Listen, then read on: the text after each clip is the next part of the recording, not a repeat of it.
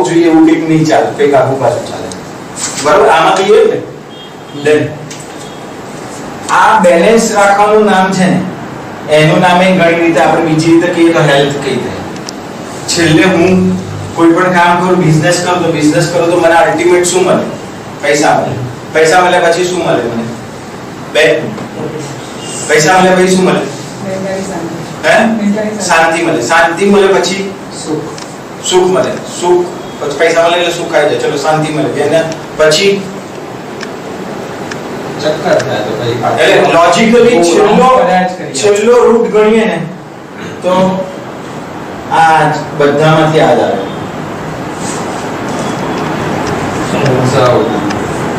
આ બે વસ્તુ નહીં આવે. આ છેલ્લે તો આ જ આવે. બરાબર, એટલે લોજિક એવો થાય. મારી જે બુક આવે છે આ 6 pillars of balance life ઉપર છે. આને એટલા માટે આની જોડે કનેક્ટ કરું છું. જેન્યુઅલી એવું છે 6 પિલર લાઈફના: શરીર, મન, સમય, સંબંધ, પ્રોફેશન, ચેરિટી. શરીર એ ખાલી ટૂલ છે જેના હિસાબે બધું ચાલે.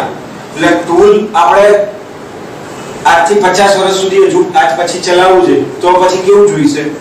પૈસા તો થઈ જવાના તમે, કારણ કે તમે પીછેમાં આવી ગયા. તમારે લોકો આવી જવું પડશે પછી થઈ જશે. બરોબર ને?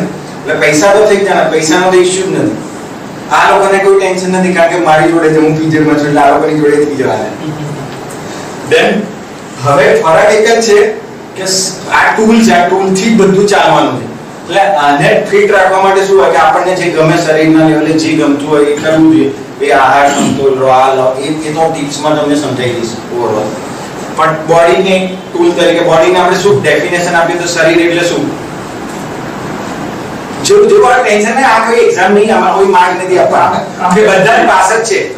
આપણે ખાલી ઉપર એનું ઉપર એમ બોલું. તમે એમ બોલો તો મારે આવું જ સવાલ આવે. હા, શરીરનું કામ શું? કામ લેવાનું. બીજું એક્શન સાથે કનેક્ટેડ છે. હા, જે પણ આપણે શરીર જોઈએ. બરાબર, આના વગર કશું નહીં થાય. બોડીમાં હું કઈ મને ડેમેજ આવી તો મારું બાકીનું બધું જ વસ્તુ અટકી જવાની, લાઈફ બધી જ લેવલે સ્ટક થઈ જવાની. એટલે શરીર એ મોટું ટૂલ છે જેના હિસાબે બાકીની બધી પહેલું સ્ટેપ છે બેઝિકલી. મારે ટોપ ઉપર જવું હોય તો પહેલું સ્ટેપ વગર નહીં જવાય. એટલે આ સખત જોઈએ. હા, સખત જોઈએ. એટલે શરીર માટે છે ને લોજિક એવું કહી શકાય કે 70% પાણીનું આપણું બોડી બનેલું છે. એના માટે તમે ખુશ રહેવા માટે આહાર સરસ જોઈએ, આરામ જોઈએ, આહાર પરફેક્ટ જોઈએ. અને બીજું શું જોઈએ તો ભાઈ એને ખુશ રહેવા માટે તમારે કશું એને આપવું પડે કે જે ઇન્ટરનલી ક્લીન્ઝન થઈને બોડી સરખી રહે. કે ભાઈ તમને જે ગમે સવારે ચાલવાનું ગમે ચાલવાનું કરો, યોગા કરો, મેડિટેશન કરો, પ્રાણાયામ કરો, આસનાસ કરો. આવું કંઈ કરીએ. મને નાના છોકરા જોડે રમવાનું ગમે, મોટા જોડે વાતો કરવાની ગમે. આ બધી જ વસ્તુ કીપ્સ મી એનર્જેટિક એવરી ટાઈમ.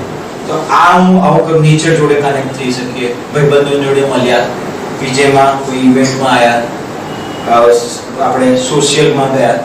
આના હિસાબેથી ખુશી મળે અને એક ટાઈપમાં ક્યાંક ને ક્યાંક આપણને બોડી મસ્ત રહે અને આપણી આગળની લાઈફ સરસ રહે. અને કેવી રીતે સરસ રાખવાનું એ આપણે ડિટેલમાં શીખીશું. મન શું કરે? વિચારો. હા, વિચાર કરે. મેઇન કામ મન વિચાર કરે. વિચાર મન કરે. મન પાવરફુલ કે શરીર પાવરફુલ? બધાને ખબર જ છે. વિમલભાઈ, મન. કારણ કે નબળું શરીર હોય ને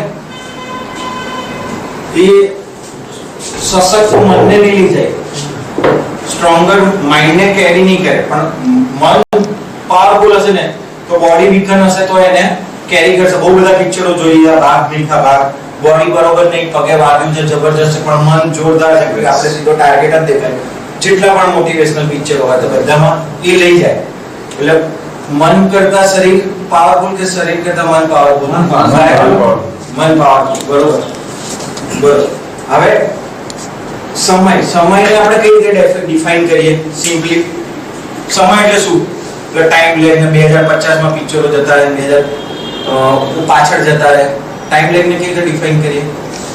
સમય એટલે સમયને શું કહીએ આપણે? સમય એટલે સમયને કોઈ પણ રીતે તમારે ડેફિનેશન આપી તો શું આપો તમે? મેં અભી તો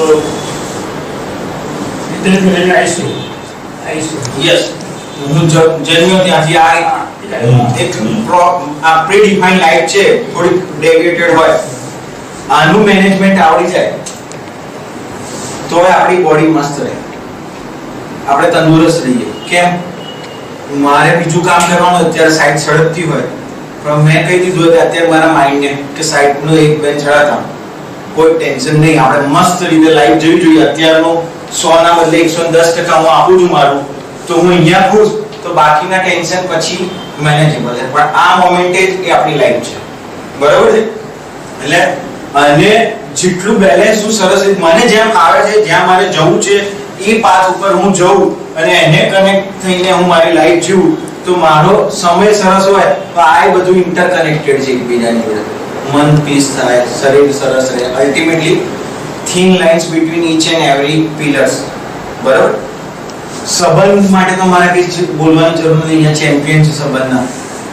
સંબંધ કેવી રીતે રખાય, ઓળખાણ એ મોટી ખાણ છે, પહેલી બુક આવી, બીજી બુક આવશે, એટલે સંબંધ વગર કશું નથી. સર્વે એવું કહે છે ઓક્સફોર્ડ યુનિવર્સિટીના કે ભાઈ જે માણસોને મેક્સિમમ એનર્જી જોઈતી હોય ને 83 વર્ષનો સર્વે એવું કહે છે કે જેના રિલેશન્સ જેટલા પાવરફુલ હોય ને એટલા એ માણસ સુખી લાઈફ જીવી શકે. ટેન્શન ના હોય તો આપણે જીવી જ નથી શકવાનું. બધું સારું સારું બધું મસ્ત થશે ને તો સેટ પણ મજા નહીં આવે લાઈફ જીવવાની. એટલે સંબંધો જેને સરસ રાખતા આવડે ને એ માણસ છે ને બાકીનું મેનેજ કરે. કારણ કે કશું પણ ટેન્શન થયું તો કોકને ફોન કરતો, 2 જણા આવે તો મારું આ માઇન્ડ એ ક્લિયર થઈ જાય, કંઈક અટકતું હોય બોડીની તો સપોર્ટ થાય, સમય મારો સુધરી જાય, જતો રહે. બરાબર? એટલે સંબંધો બહુ મોટી વસ્તુ છે. રિલેશન તમારે સરસ આ રીતનો અહીંયા જ મળી ગયું.